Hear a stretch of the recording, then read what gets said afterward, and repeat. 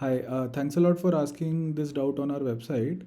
सबसे पहले तो समझते हैं क्वेश्चन में पूछा क्या है। देखो, तीन मास दिए हुए हैं, एम ए, एम बी और एम सी, जो कि 4M, 3M और 8M के हैं रिस्पेक्टिवली। फ्रिक्शन जो है वो एब्सेंट है। स्ट्रिंग लाइट एंड इनएक्सटेंसिबल है।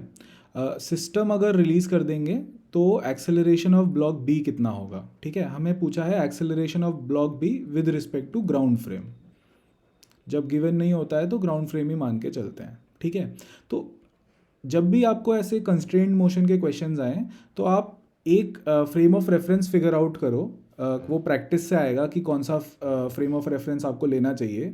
एक ऐसा एक्सेलरेटेड फ्रेम ऑफ रेफरेंस देखो जिससे कि आप प्रॉब्लम एनालाइज कर पाओ। तो इस केस में हमने फ्री बॉडी डायग्राम बनाएंगे ए, बी और सी के in the frame of reference of C. ठीक है, सी एक एक्सेलरेटेड फ्रेम ऑफ रेफरेंस होगा। हम अज्यूम कर लेते हैं कि सी जो है वो ए सी एक्सेलरेशन से राइटवर्ड मूव करेगा।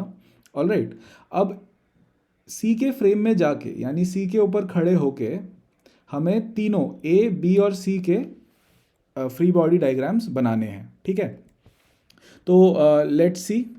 हम अज्यूम कर लेंगे, जैसा कि मैंने बोला आपको, कि acceleration of C is rightwards in the ground frame. ठीक है, अब क्या होगा, सबसे पहले तो ये है सी का फ्री बॉडी डायग्राम। ऑलराइट, तो सी पे एक नॉर्मल फोर्स लगेगी। सी पे एक नॉर्मल फोर्स लगेगी ए की वजह से। ग्राउंड से एक नॉर्मल फोर्स लगेगी, ग्रेविटी लगेगी। सी पे अटैच्ड जो पुली है उस पर टेंशन डाउनवर्ड्स लगेगी, टेंशन राइटवर्ड लगेगी, और बी की वजह से एक नॉर्मल फोर्स डाउनवर्ड लगेगी। ठीक है, ये है आपका ए का फ्री बॉडी डायग्राम। इसमें एक टेंशन लगेगी, नॉर्मल लगेगी और ग्रेविटी लगेगी। ऑलराइट, साथ ही साथ सी में ये जो रेड में फोर्स मैंने दिखा रखी है वो एक सूडो फोर्स लगेगी, क्योंकि हम एक एक्सेलरेटेड फ्रेम ऑफ रेफरेंस से सिस्टम को ऑब्जर्व कर रहे हैं और वो एक्सेलरेटेड फ्रेम राइटवर्ड जा रहा था एसी एक्सेलरेशन के साथ। तो अगर हम इस फ्रेम में घुसेंगे तो एक सूडो फोर्स बैकवर्ड डायरेक्शन में देनी पड़ेगी सी को। सिमिलरली ए को भी हमें एक सूडो फोर्स रेड कलर में जो बना रखी है मैंने वो देनी पड़ेगी। और बी का अगर फ्री बॉडी डायग्राम बनाएंगे तो एक नॉर्मल फोर्स ऊपर को लगेगी, ग्रेविटी नीचे को, टेंशन लेफ्ट को, फिर से एक सूडो फोर्स लेफ्ट वर्ड्स लगेगी। ठीक है, सूडो फोर्स की वैल्यूज तीनों के लिए अलग होंगी। कैसे लिखते हैं pseudo force? Mass of object, अगर सी ले रहे हैं तो mass of C into acceleration of the frame of reference, और फ्रेम ऑफ रेफरेंस सी से अटैच्ड है तो एक्सेलरेशन होगी ए सी। सिमिलरली ए के लिए हम लिखेंगे M A times A C, B के लिए M B times A C. ठीक है, तो ये मैंने लिखा हुआ है कि forces in red are pseudo forces as frame of reference of C is accelerated. ठीक है, तो ये हमारे फ्री बॉडी डायग्राम्स हो गए। अब इनके बेसिस पे हम Newton second law of motion लगाएंगे। ठीक है, एक्सेलरेटेड फ्रेम ऑफ रेफरेंस में सूडो फोर्स के साथ। ठीक है, सबसे पहले इक्वेशन आप लिखोगे, equation for C in X direction.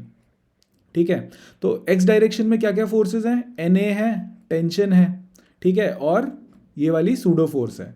तो अगर आप इस डायरेक्शन को पॉजिटिव मानते हो तो आपके पास आ जाएगा tension minus normal minus M C A C is equal to zero. Zero क्यों? क्योंकि हम तो सी के ही फ्रेम ऑफ रेफरेंस में बैठे हैं, और सी के ही फ्रेम ऑफ रेफरेंस में बैठे हैं तो सी का एक्सेलरेशन इस फ्रेम में ज़ीरो होगा। ऑलराइट, फिर आप लिखोगे equation for A in X direction. अब ए पे क्या क्या फोर्सेस लग रही हैं? आप ये वाला फ्री बॉडी डायग्राम देखो, एक एन ए लग रही है और एक सूडो फोर्स लग रही है। ठीक है, N A minus M A C is equal to zero. ठीक है, अब आप पूछोगे ज़ीरो क्यों? ज़ीरो क्यों? क्योंकि ए का जो एक्सेलरेशन है इन दी एक्स डायरेक्शन वो भी ज़ीरो होगा। वो हम क्यों ज़ीरो बोलेंगे? क्योंकि वो हमेशा ए जो है वो सी के कांटेक्ट में रहेगा। ठीक है, तो अगर सी एक्स डायरेक्शन में सी के फ्रेम ऑफ रेफरेंस में मूव नहीं कर रहा है तो ए भी सी के फ्रेम ऑफ रेफरेंस में एक्सेलरेट नहीं करेगा एक्स डायरेक्शन में। ठीक है, ये थोड़ा सा समझने वाली बात है, तो इस पे आप एक बार दिमाग लगाना। ऑलराइट, अब equation for be in X direction लिखेंगे। एक्स डायरेक्शन यहाँ पे आप अज्यूम करो कि बी जो है वो इस डायरेक्शन में एक्सेलरेशन दे रहा है, लेफ्टवर्ड डायरेक्शन में जा रहा है with acceleration B with respect to C. ठीक है, लेफ्टवर्ड डायरेक्शन को अगर आप पॉजिटिव मानोगे, ठीक है, तो आप इक्वेशन लिख सकते हो M B A C plus tension is equal to M B times A B slash C. ठीक है, ये मैंने क्या लिखा है, net force is equal to mass times acceleration. ठीक है, ये है बी पे net force, pseudo force plus tension is equal to mass of B multiplied by acceleration of B with respect to C. जो भी हम इक्वेशंस लिख रहे हैं वो सी के फ्रेम ऑफ रेफरेंस में लिख रहे हैं। तो ये जो एक्सेलरेशन है वो एक्सेलरेशन ऑफ बी है विद रिस्पेक्ट टू सी, ये याद रखना। ठीक है, और याद रखना कि A acceleration of B with respect to C हमने लेफ्टवर्ड अज्यूम किया हुआ है। ठीक है, दोनों फोर्सेस इस डायरेक्शन में है, देखो टेंशन भी और एम बी ए सी भी, तो एक्सेलरेशन भी हमने लेफ्टवर्ड अज्यूम किया है। ऑलराइट, फिर चौथी इक्वेशन लिखोगे आप, equation for A in Y direction. Equation for A in Y direction लिखोगे, ए पे क्या लग रहा है, एक एम ए जी लग रहा है और एक टेंशन लग रहा है। ठीक है, तो डाउनवर्ड डायरेक्शन में अगर आप पॉजिटिव मानोगे एक्सेलरेशन को, तो आप लिखोगे mass of A times G, यानी gravity force on block A minus tension is equal to mass times acceleration. अब आप ये देखो कि मैंने इसको ए बी स्लैश सी ही कर रखा है। ऐसा क्यों? क्योंकि देखो हमारा जो ए था, ठीक है, एक बार डायग्राम देखते हैं। हमारा जो ए था वो कितना नीचे जाएगा, वो उतना ही मान लो ये एक्स डिस्टेंस नीचे जाता है तो बी एक्स डिस्टेंस आगे बढ़ेगा, राइट। तो सी के फ्रेम ऑफ रेफरेंस में जितना भी नीचे गया हमारा ए, उतना ही लेफ्टवर्ड जाएगा आपका बी, या फिर यूं कह लो कि ए का एक्सेलरेशन जितना होगा डाउनवर्ड, उतना ही बी का एक्सेलरेशन होगा लेफ्टवर्ड।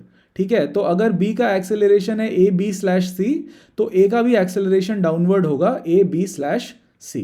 ठीक है, तो ये आपकी इक्वेशन बन जाएंगी 4, 1 2 3 और 4। ऑलराइट, अब आप वैल्यूज पुट कर दो।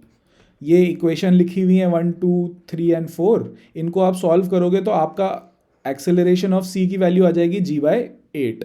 ऑलराइट, और आपकी ए बी स्लैश सी की वैल्यू आ जाएगी 5g/8। लेकिन कीप इन माइंड ये आंसर नहीं है, ये हमारा acceleration of B with respect to C है। हमें चाहिए acceleration of B with respect to ground. Alright, तो हम रिलेटिव एक्सेलरेशन का फॉर्मूला लिख सकते हैं। Vectorially acceleration of B with respect to C is equal to acceleration of B with respect to ground minus acceleration of C with respect to ground. ठीक है, अभी अभी हमने ये निकाला था, acceleration of B with respect to C is minus 5g/8। Minus sign क्यों? Minus क्योंकि 5g/8 जो निकला है वो लेफ्टवर्ड निकला है। ठीक है, ए बी बाई सी हमने माना था ना लेफ्टवर्ड, तो माइनस साइन लगाना जरूरी है।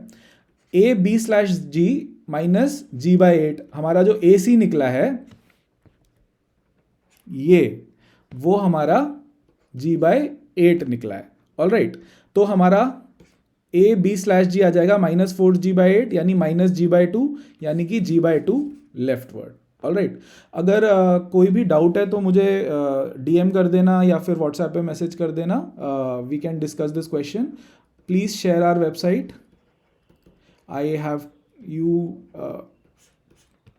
can please share this website with your friends and help me grow this website. All right, thank you.